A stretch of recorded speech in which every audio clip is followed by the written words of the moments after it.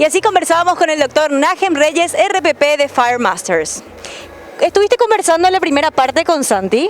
Estuvo muy interesante, por cierto. ¿Qué se viene a continuación? Y nos contó mucho de lo que tiene que ver con su carrera política, lo que tiene que ver con su cambio de vida también, desde que se presentó como candidato. Un poco de su vida familiar y cuáles son sus planes y sus expectativas. De todo esto nos habló en una tarde en la que recorrimos casi toda la ciudad encima de un Citroën que es espectacular. Al volante se puso Santi Peña. Desde el asiento del acompañante le hacíamos las preguntas. Esta es la segunda parte de una entrevista muy interesante donde hablamos con Santi Peña.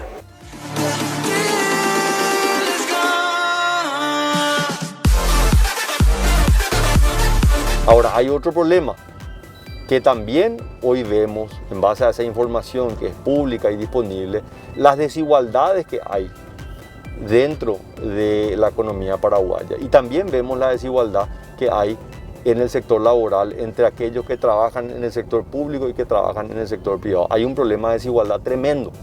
O sea, cuando vos medís el salario promedio de un trabajador privado y lo comparás con el salario promedio del empleado público gana el doble, Jorge. Y eso es lo que a la gente le frustra, le genera una frustración.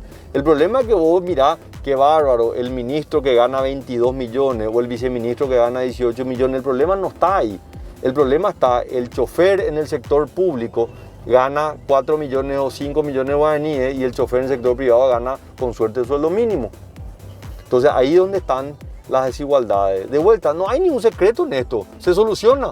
Otros países lo han solucionado. ¿Cómo?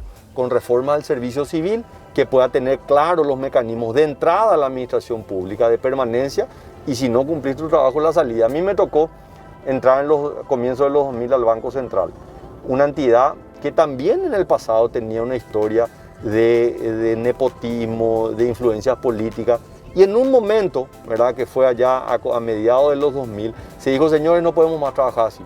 El Banco Central es la entidad técnica más importante que tiene el Paraguay y tiene que tener mecanismos de incorporación que tienen que ser súper rigurosos. Hoy entrar al Banco Central es más difícil que ingresar a la Facultad de Medicina. Es un proceso que se presentan cerca de 4.000 estudiantes y profesionales al año y entran 15, 12, que es totalmente público. Y son cambios que cuestan al comienzo, pero que después ya se van manteniendo en el tiempo. Yo creo que eso va a tener que pasar también dentro de la administración pública en algún momento. Pero ¿cómo haces cuando te querés candidatar y sabes que gran parte de tu electorado básicamente es el que quiere sostener su trabajo y que por ahí no esté necesariamente justificado? O sea, es como que uno entra endeudado ya, entra con una deuda pendiente. Vos sabés que, Jorge, es un lindo tema esto que planteas, ¿verdad? Porque yo creo que hay de todo en este análisis, ¿verdad? Está obviamente el que cree que porque trabaja políticamente el Estado es una piñata y cuando gana y tiene que ser todo para él y revienta al Estado. Pero eso hay en el sector público y en el sector privado. Gente que apoya a un candidato desde el sector privado y obviamente mete dinero, muchas veces dinero sucio, que le va a permitir tener una impunidad. O sea, no es solamente un tema del funcionario público. Pero en realidad la gran mayoría lo que quiere es, yo quiero trabajar en un proyecto político y quiero ayudar a ganar, pero también quiero ayudar a gobernar. No quiero yo trabajar 4 o 5 meses, subir para esa calle, pegar calcomanía al día de la votación, llevarle a la gente para que vaya a votar, para que elija el mejor candidato y después yo me quedo en mi casa y hay otros que están en los cargos. Ahora, depende del presidente de la República identificar el talento que tiene cada actor y ponerlo en la posición correspondiente. Que yo creo que ya ha sido una de mis grandes críticas al presidente de la República actual, ¿verdad? Decirle, él es libre de nombrar a quien quiera, pero cuando él le pone a una persona de su extrema confianza en una posición donde no tiene las condiciones técnicas para poder desempeñar, y es un problema para el país, porque no es con la persona, es con la política pública que tiene que implementar esa persona. Y ahí donde entraba, yo me siento en ese sentido bastante tranquilo porque conozco la administración pública. Yo, obviamente, a una persona que tiene un set de cualidades, yo sé dónde puede ser útil. El problema es cuando vos le pones a una persona en una función donde no tiene las mínimas condiciones. Entonces, realmente la corrupción o el no hacer las cosas, no es solamente el que entra y roba, no, es el que entra y no sabe qué hacer. Es una forma de corrupción. Porque eso es lo que nos sale tan caro, ¿verdad? Porque esa burocracia la pagamos, todos la pagamos con los impuestos. Entonces pretendemos o asumimos que el presidente de la República, cuando llegue, tenga el conocimiento de la administración pública, decir, bueno, a esta persona que ha sido un fiel colaborador, que me ha apoyado en la campaña, que se ha jugado por mí, yo voy a tenerlo cerca mío, pero voy a tenerlo en un cargo donde obviamente, si es una persona que no tiene condiciones académicas, y no voy a ponerlo en un lugar donde requiere condiciones académicas. Entonces yo creo que ahí es donde entra con más fuerza, y fue mi argumento en campaña, es decir, la administración pública no es un auto que vos te subís y andas solo, no. Tenés que saber escuchar los ruidos, a ver, no, la bujía está andando mal, no, la cubierta está funcionando mal, entonces cambio la cubierta. Es un auto viejo, es un auto que tiene sus mañas, entonces requiere de un conocimiento muy acabado de la persona que está al frente y de su grupo de colaboradores. El señor Horacio Cartes, que me dio a mí la oportunidad de ser ministro de Hacienda, no era una persona que venía al mundo público, él venía al mundo empresarial, pero se rodeó de personas que tenían un conocimiento acabado de la administración pública. O sea, prácticamente todos los que estábamos, al menos en el equipo económico, eran personas de una solvencia económica y un conocimiento de las políticas económicas muy, pero muy profundas. Ahora, ¿cuál te parece que pudo haber sido el error, si es que tuviste alguno, en tu campaña? Cientos, Jorge, cientos de errores. O sea, me equivoqué en muchas cosas, en posiciones, y de repente, no te digo que defender, ¿verdad? Pero probablemente tendría que haber sido mucho más drástico en algunas posiciones, ¿verdad? Y te menciono una, ¿verdad? Uno de los temas que más se me achacó y cuestionó fue el tema de que Óscar González Daer era candidato a senador, ¿verdad? Y yo me iba, él me apoyó a mí en la campaña, nos íbamos a la ciudad de Luque y llenaba un estadio con 15.000, 20.000 personas, ¿verdad? Y yo sabía de los cuestionamientos que tenía él. Entonces mi posición era que yo estaba presentándome para candidato a presidente de la República. El señor González Daer era candidato a senador de la Nación, una lista diferente donde él iba a ser responsable de las acciones y de tener que responder a la justicia, ¿verdad? Y hice esa aplicación, pero obviamente vos sabés que en el fragor de la campaña y el ataque que me tocó a mí, ¿verdad? Que obviamente desde el oficialismo siempre uno tiene que enfrentar un ataque mayor y un escrutinio mayor por parte de los medios de comunicación, era Santiago le defiende, Santiago justifica, lo cual no era cierto. Probablemente mis posiciones tendrían que haber sido más drásticas en algunos temas, ¿verdad? Algunas posiciones mucho más firmes.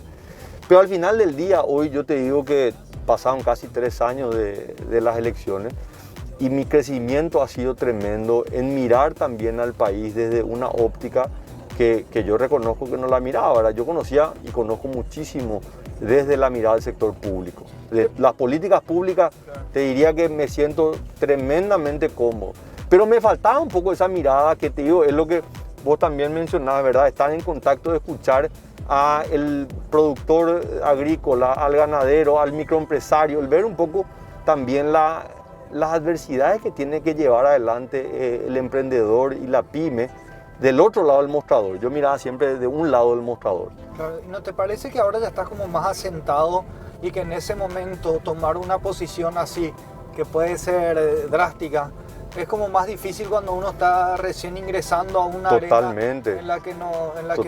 Totalmente. Y Jorge, te iba a decir algo. Yo me convierto en candidato oficial el 5 de junio. O sea, a mí me plantean la posibilidad de ser candidato a mediados de mayo. Y me dijeron, mira Santiago, nadie te garantiza nada. Vos tenés que salir a recorrer. Aún siendo ministro, yo todavía no había renunciado. Pido permiso y salgo a recorrer el país 15 días.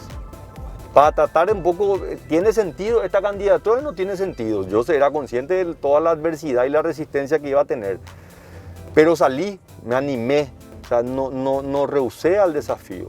Pero hoy te diría que lo que yo he crecido después de la campaña, estos años fuera de la administración pública, es tremendo, ¿verdad? Y probablemente en 2 años más todavía voy a estar mucho más consolidado, mucho más aplomado, Pero insisto, más allá de que me encantaría volver a ser candidato, mi vida no pasa simplemente por ser candidato. Yo creo que es muchísimo más amplio. O sea, finalmente el ser presidente de la República es un periodo de 5 años, es súper importante, pero tu vida no puede marcarse solamente por eso. Claro, pero digamos que cuando uno entrenó más para un partido sabe mejor cuáles son las variables con las que se puede llegar a encontrar, y esas son cosas que uno va ganando, digamos, también con el rodar y con la calle y con lo que te va dando un poco esta experiencia que vos estás mencionando. O sea, sí. En aquel momento vos saltaste con una candidatura que evidentemente sorprendió y a vos internamente seguramente no, pero a mucha gente sí sorprendió que aparezca Santi Peña, que no venía del mundo de la política, a meterse un outsider que venía con todo y como candidato del oficialismo. Sí. O sea, estábamos hablando de algo que fue sorpresivo, y supongo que también internamente algunos han de recibir bien y otros no tanto. Totalmente. Pensá en esto, Jorge. Nunca en la historia democrática del Paraguay ganó el oficialismo. O sea, ningún gobierno en función pudo hacer que su candidato gane unas elecciones. Nunca. Entonces, creo que es demasiado importante entender también que la construcción de espacio y la construcción de los procesos electorales, que no son fáciles, la democracia no es perfecta, pero los romanos hace 2000 años encontraron en la democracia las virtudes, no por su perfección, sino porque estaba más alejado de la tiranía. Entonces, son procesos largos que requieren construcción, que requieren también estos golpes en el camino, cicatrices, y seguir avanzando. Así que creo que no hay que subestimar el impacto cuando vos tenés un candidato oficialista y vos estás en el gobierno, vos sos gobierno, y vos decís, señores, hicimos todo esto, pero sabemos que no es suficiente, queremos hacer muchísimo más. Cuando por el otro lado tenés otro candidato que nunca hizo nada y que simplemente critica lo que vos hiciste. Y eso no es solamente en Paraguay, esto se estudia en ciencias políticas. Es muy atractivo el concepto del cambio, porque el cambio puede ser mejor a lo que tenemos hoy. Y la realidad, y yo te diría hoy con muchísima seguridad, creo que el cambio nos llevó para atrás. Yo creo que Paraguay hoy está en un proceso de retroceso, que ojalá no sea muy profundo y que podamos, no sé, dar 1 o 2 pasos para atrás y después podamos dar 5 pasos para adelante. O sea, duro sentir eso. Sí, pero es también, yo creo que es importante que la gente entienda que tenemos que sacarnos de alguna manera la ansiedad de ver cambios de un día para otro. Tenemos que construir confianza y credibilidad, eso sí, y eso se construye día a día, y vos podés construir confianza y credibilidad durante 10 años y una acción tuya tira por tierra. Le pasa a todo, te pasa a vos, Jorge, como periodista, como una persona pública, que vos podés hacer bien las cosas durante 25, 30 años, pero un error de un día puede echar por la borda tu carrera. Bueno, lo mismo pasa en la administración pública, en la política en general. Entonces, pero tenemos que entender que los cambios requieren de esa visión de Estado, políticas de Estado a largo plazo. Los países que apostaban a la educación en décadas pasadas, hoy son los países que disfrutan.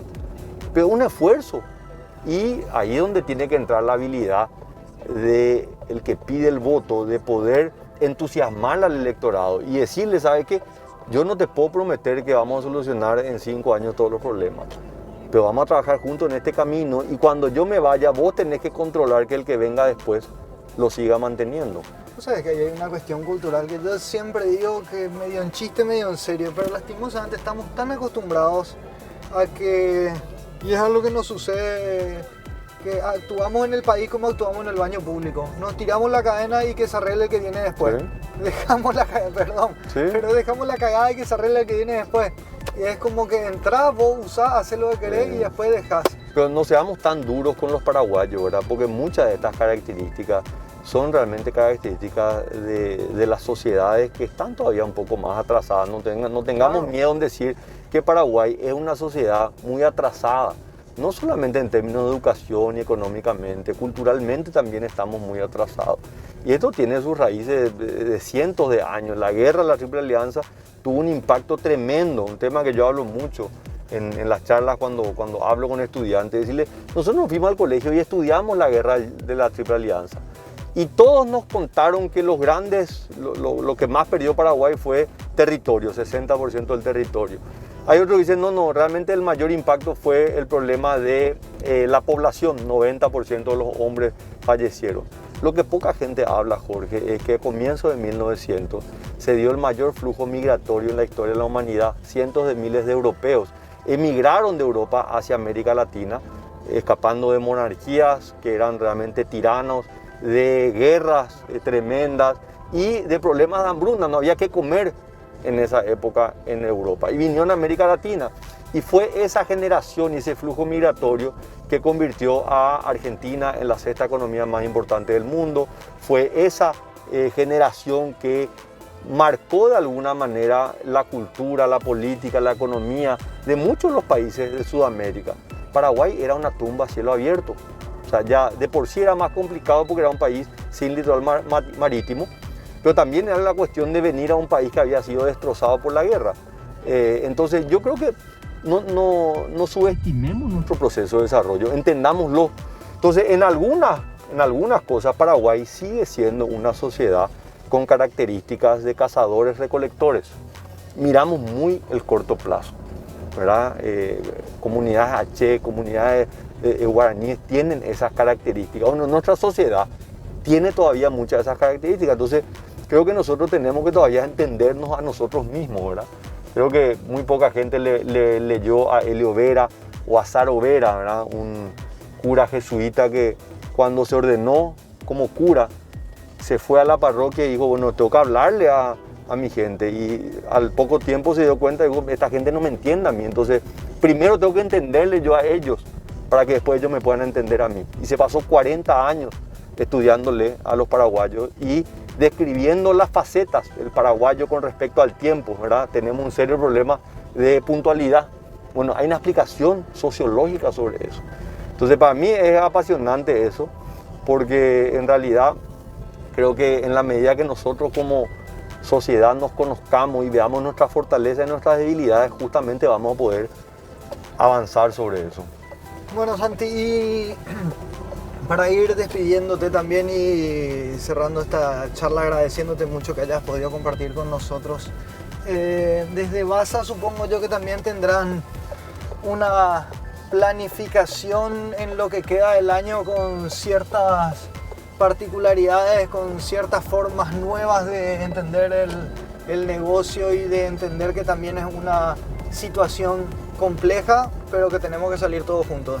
No, así mismo, o sea que el sistema financiero tiene una enorme responsabilidad de ser un apoyo y al mismo tiempo está siempre con esa situación sensible de que al final la plata que está en el banco no es del dueño del banco, es de los depositantes. Entonces se espera que los bancos puedan hacer más, que puedan dar créditos a tasas atractivas, convenientes, a largo plazo, pero el banco tiene que lidiar también con sus propias limitaciones que le imponen sus clientes.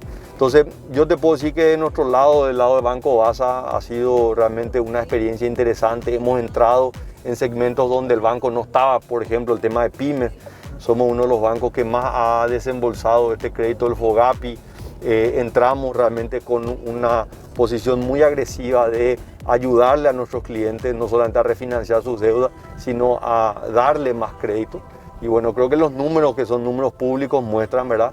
Es el tercer banco que más ha aumentado su cartera de crédito en todo el sistema financiero. Pero se vienen momentos de mucha preocupación por delante y ahí es donde tenemos que tratar de juntar toda la experiencia, el conocimiento, decir, bueno, ¿qué va a pasar con la economía paraguaya? Y después empezar a ver qué va a pasar con los sectores dentro de la economía paraguaya, porque una cosa es mirar Paraguay a 20.000 pies de altura y mirá y está todo verde parece, pero cuando te acercas y ves lugares donde no llueve hace 8 meses, donde ves lugares donde puede haber todavía una situación económica muy pero muy difícil. Los números macroeconómicos es importante saber leerlos, pero es mucho más importante entender los números microeconómicos. Bueno, Santi, la verdad, un gustazo, hermano. ¿Hay Santi candidato para la próxima? Hay Santi para rato. Sí. Si es como candidato, muy bien. Y si no es como candidato, también muy bien. Te agradecemos mucho. Muchas gracias. Santi venía con nosotros. Hoy manejó él.